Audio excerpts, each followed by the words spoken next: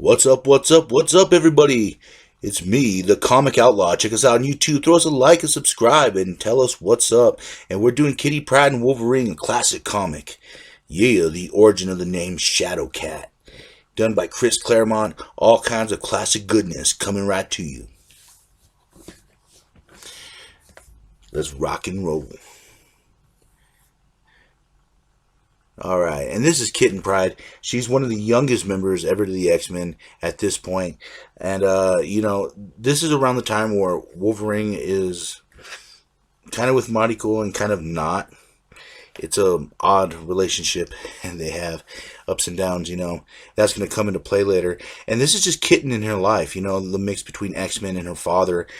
And she's actually going to kind of see her father, to see what's going on. It's been a while since, she's actually visited the family.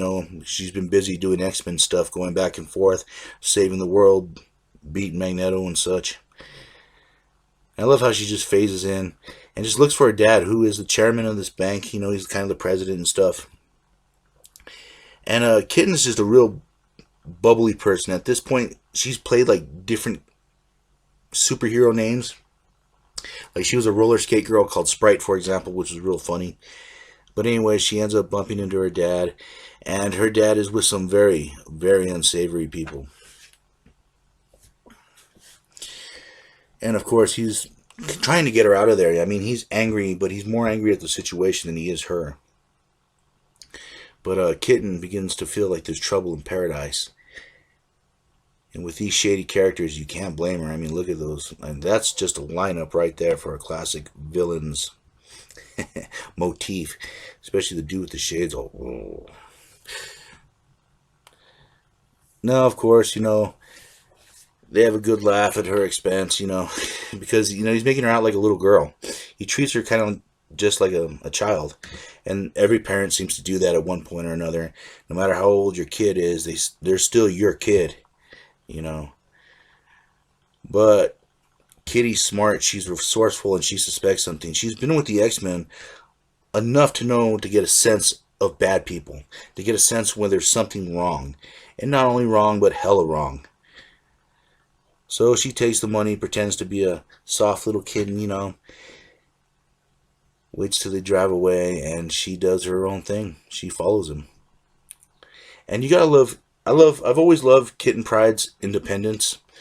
I always love how she kind of has an innocence, but she always seems to do her own thing, the right thing, and she lets her heart guide her more than anyone else.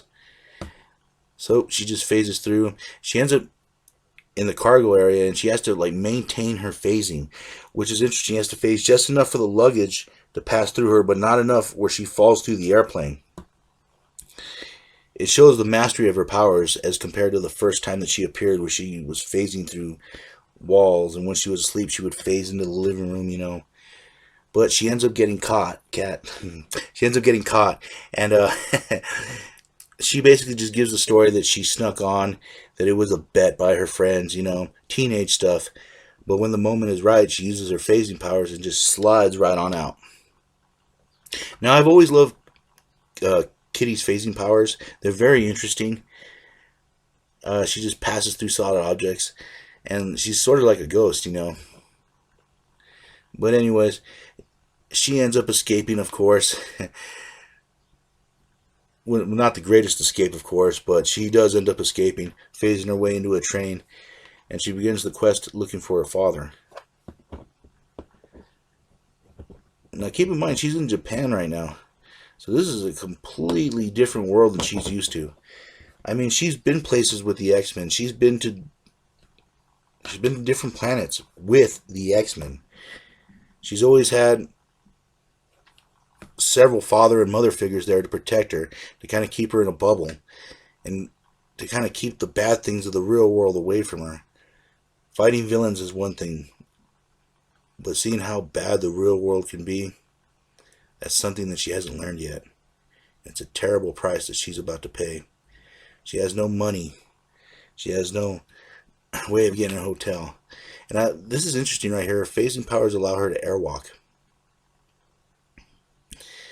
They kind of allow her to dance on the air. It's one of the perks of her powers, I guess you could say. And so she sneaks into this apartment place, decides to take a nap, and of course, she's sort of waiting.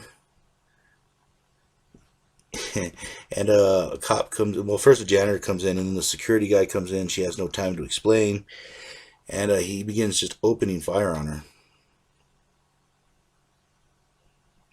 And Kitty is on the run, and she left her skates, of course, a little puffy thing on them.